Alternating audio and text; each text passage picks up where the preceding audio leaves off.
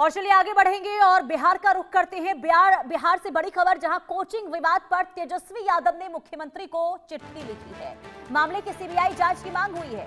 Police की भूमिका पर सवाल उठाए गए हैं। ज्ञान बिंदु कोचिंग के रोशन आनंद के भाई प्रिंस का अंतिम संस्कार और प्रिंस यादव की मौत की जांच में नेपाल पुलिस के संपर्क में इस वक्त बिहार पुलिस है। तो एक नई जानकारी इस वक्त ये पूरे मामले में सामने आ रही है, जहां तेजस्वी यादव के द्वारा चिट्ठी लिखी गई है और बिहार में कोचिंग विवाद और प्रिंस यादव की मौत का मामला अब राजनीतिक रंग पकड़ता हुआ दिखाई दे रहा है। दरअसल नेता प्रतिपक्ष हैं तेजस्वी यादव, जिनके द्वारा मुख्यमंत्री को चिट्ठी लिखी गई है और इस पूरे मामले की जांच सीबीआई से करवाने की मांग हुई है। तेजस्वी यादव का ये कहना है कि निष्पक्ष जांच से ही दूध का दूध और पानी का पानी हो सकेगा। उन्होंने बिहार पुलिस की भूमिका पर भी सवाल उठाते हुए मामले की गहन जांच की आवश्यकता बताई है। दूसरी ओर ज्ञान बिंदु कोचिंग से जुड़े रोशन आनंद के भाई प्रिंस यादव का अंतिम संस्कार कर दिया गया है। प्रिंस की मौत की जांच को लेकर बिहार पुलिस लगातार नेपाल पुलिस के संपर्क में है। जानकारी ये मिल रही है कि बिहार पुलिस की 5 सदस्यीय टीम जल्द ही विराटनगर जाएगी और घटना स्थल पर पहुंचकर जांच करेगी। नेपाल पुलिस ने प्रिंस के 4 साथियों और एक नेपाली नागरिक को हिरासत में लेकर पूछताछ शुरू कर दी है। जिस होटल के कमरा नंबर 102 में प्रिंस ठहरे हुए थे, उसकी भी जांच हो रही है। इसके अलावा प्रिंस के साथियों के मोबाइल फोन जब्त कर लिए गए हैं और होटल के सीसीटीवी फुटेज को भी खंगाला जा रहा है। अब इस मामले की जांच और राजनीतिक बहस दोनों पर सबकी नजरें टिकी हुई हैं। तो नेता प्रतिपक्ष तेजस्वी यादव, जिनके द्वारा इस पूरे मामले की जांच सीबीआई से कराने की मांग उठी है, जिसे लेकर बाकायदा मुख्यमंत्री को पत्र भी लिखा गया है और इस पत्र में बिहार पुलिस की जांच पर भी सवाल उठाए गए हैं। और ऐसे में ये पूरा मामला अब राजनीतिक रंग लेता हुआ नजर आ रहा है। तो कोचिंग विवाद से ये पूरा मामला शुरू हुआ था, जो अब इस पूरे मामले में जब प्रिंस आनंद की मौत हुई, इसने एक नया मोड़ ले लिया है, एक नया एंगल ले लिया है।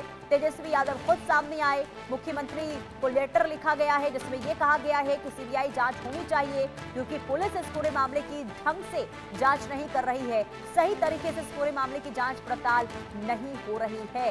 तेजस्वी यादव की ये मांग और दूसरी तरफ खान सर, क्योंकि खान सर पर जब ये आरोप लगाए गए कि इसके पीछे, यानी कि प्रिंस की जो मौत हुई है, इसके पीछे खान सर का हाथ हो सकता है, तो खान सर खुद बकायदा सामने आते हैं। वीडियो उनके द्वारा जारी किया जाता है जिस पर उनके द्वारा ये कहा गया कि मेरे ऊपर जो आरोप लगाए गए हैं वो सरासर गलत हैं, बल्कि वो काफी दिनों से बीमार चल रहे थे।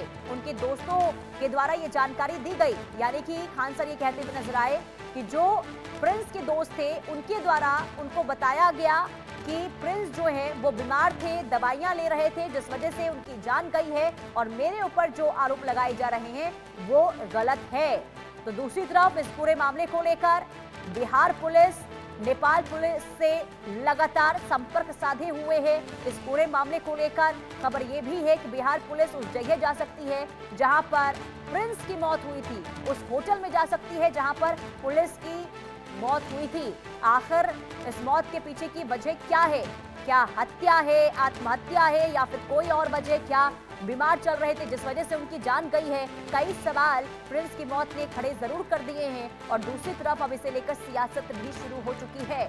नेपाल कनेक्शन सामने आने के बाद ये जो मौत का मामला है और भी ज्यादा गहराता हुआ इस वक्त नजर आ रहा है। लेकिन नेता प्रतिपक्ष के द्वारा जब मांग उठी सीबीआई जांच की, जिसके बाद इस पूरे मामले ने और भी ज्यादा सियासी रंग लेना शुरू कर दिया है। इस पूरे मामले को लेकर पुलिस की कार्यप्रणाली पर भी सवाल उठने लगे हैं। पुलिस सही तरीके से जांच नहीं कर रही है, ये आरोप भी लगाए गए हैं तेजस्वी यादव के द्वारा। तो ये बड़ी खबर, हालांकि खान सर जहां अपने ऊपर लगे आरोपों से इनकार करते हुए नजर आए, दूसरी तरफ बीमारी का उन्होंने बताया कि बीमार वो थे जिस वजह से हो सकता है कि उनकी जान गई होगी, और तीसरी तरफ वो कहते हुए नजर आए कि कोई तीसरा है जो इस पूरे मामले को लेकर इस तरीके से माहौल बनाने की कोशिश कर रहा है। शैलेंद्र कुमार संवाददाता तमाम जानकारी के साथ जुड़ चुके हैं। शैलेंद्र, अब ये पूरा मामला सियासी रंग लेता हुआ नजर आ रहा है, क्योंकि तेजस्वी यादव के द्वारा सीबीआई जांच की मांग हुई है। जो चिट्ठी लिखी गई है मुख्यमंत्री को, इसमें क्या मांग हुई है तेजस्वी यादव के द्वारा? देखिए, साफ तौर पर है तेजस्वी यादव पहले भी इस मामले को लेकर मुखर रहे हैं और उन्होंने एक चिट्ठी लिखी है मुख्यमंत्री सम्राट चौधरी को, और उस जिसमें उन्होंने बिहार पुलिस की कहें कि जो उनका काम है उस पर सवाल उठाए हैं, और साथ ही सीबीआई जांच की मांग उन्होंने कर दी है कि यानी प्रिंस यादव की जो मौत हुई है, चूंकि ये मामला इंटरनेशनल है, यानी नेपाल में उनकी मौत हुई है, वहां पर वो गिरफ्तारी के डर से वो गए थे, नेपाल चले गए थे, यानी कि उनका जो सहरसा जिला के रहने वाले, और पास में ही विराटनगर है, अररिया के पास विराटनगर है, और वहां से वो नेपाल चले गए थे। नेपाल में ही विभिन्न जगहों पर घूम घूम कर वो रह रहे थे अपने साथियों के साथ, और उसी दौरान उनकी मौत हुई है, और जिसको हत्या उनके परिजन बता रहे हैं, या उनके भाई जो हैं रोशन आनंद, जो ज्ञान बिंदु कोचिंग के संचालक हैं, वो कह रहे हैं कि हमारे भाई की हत्या करवाई गई। और उन्होंने सीधे तौर पर दो नाम लिए थे, यानी एक किसान कोल्ड स्टोरेज है, दूसरा खान सर के ऊपर। हालांकि आपने बताया है कि किस तरह से आरोपों को खारिज किया गया है, लेकिन अब चूंकि जांच चल रही है, और इस जांच के बीच में ही तेजस्वी यादव सामने आए हैं, और उन्होंने एक पत्र लिखा है मुख्यमंत्री को, और जाहिर सी बात है कि सरकार क्या फैसला लेती है ये देखना होगा। लेकिन इस बीच में जो पुलिस है, बिहार की पुलिस है, वो जांच कर रही है।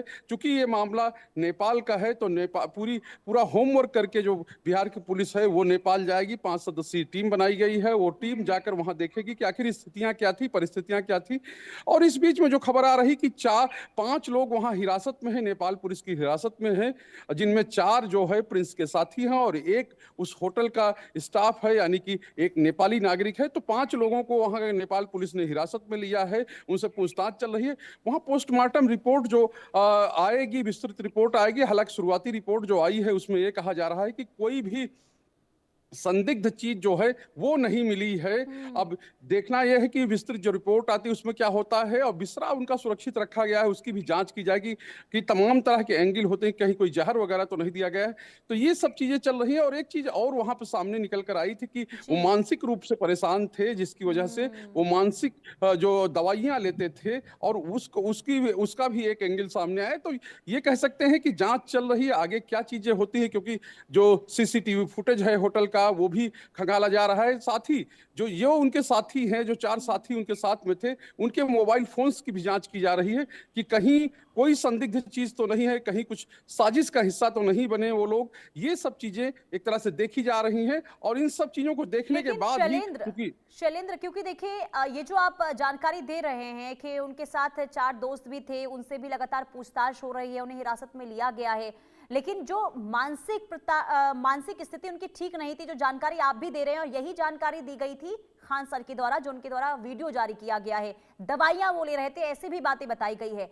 लेकिन क्या परिवार वाले या फिर जो प्रिंस के आसपास लोग मौजूद रहते थे, क्या उनके कोई साथी ऐसे हैं जो इस वक्त बिहार पटना में मौजूद हैं, जो ये बता रहे हैं क्या वाकई में मानसिक तौर पर प्रिंस सही नहीं थे? क्या वाकई में दवाई ले रहे थे, और दवाई ले रहे थे तो आखिर कब से ले रहे थे?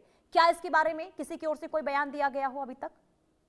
देखिए, उनके साथी ही वहां पर जब साथ में गए थे, उनका एक बयान आया था, उसमें कहा गया था कि वो दवाई ले रहे थे। विशेष बात यह है कि जिस तरह से कोचिंग का विवाद हुआ था, और इससे पहले भी विवाद हुए थे, उनको लेकर वो परेशान थे। चूंकि पटना पुलिस लगातार एक तरह से कहें, पटना पुलिस की दबिश उनके ऊपर थी, वो नामजद आरोपी थे उस मामले में। तो जाहिर सी बात है कि जब इतना बड़ा मामला चल रहा है, भाई गिरफ्तार हो गया है, कोचिंग जो मेन कोचिंग का जो केंद्र है वो बंद है, हालांकि जो अन्य सेंटर्स थे उन पर पढ़ाई हो रही थी, लेकिन इन सब के बीच में चूंकि मैनेज चीजें वही करते थे जो प्रिंस यादव, तो ऐसे में मानसिक रूप से परेशान होना लाजमी है। और चूंकि वो फरार थे, यानी कि यहां से भागे हुए थे, नेपाल चले गए थे, बिहार में नहीं थे, तो ये कह सकते हैं कि उनकी जो स्थिति थी उसमें मानसिक परेशानी होना स्वाभाविक है। लेकिन सामने क्या चीजें और आती हैं, किस तरह की चीजें आती हैं, क्योंकि उनके परिजन जो हैं वो साफ तौर पे कह रहे हैं कि वो स्वस्थ थे, उनको किसी तरह की कोई परेशानी नहीं थी। उनके मामा जो उनका शव लेने के लिए गए थे, उन्होंने भी बयान दिया था कि वो पूरी तरह से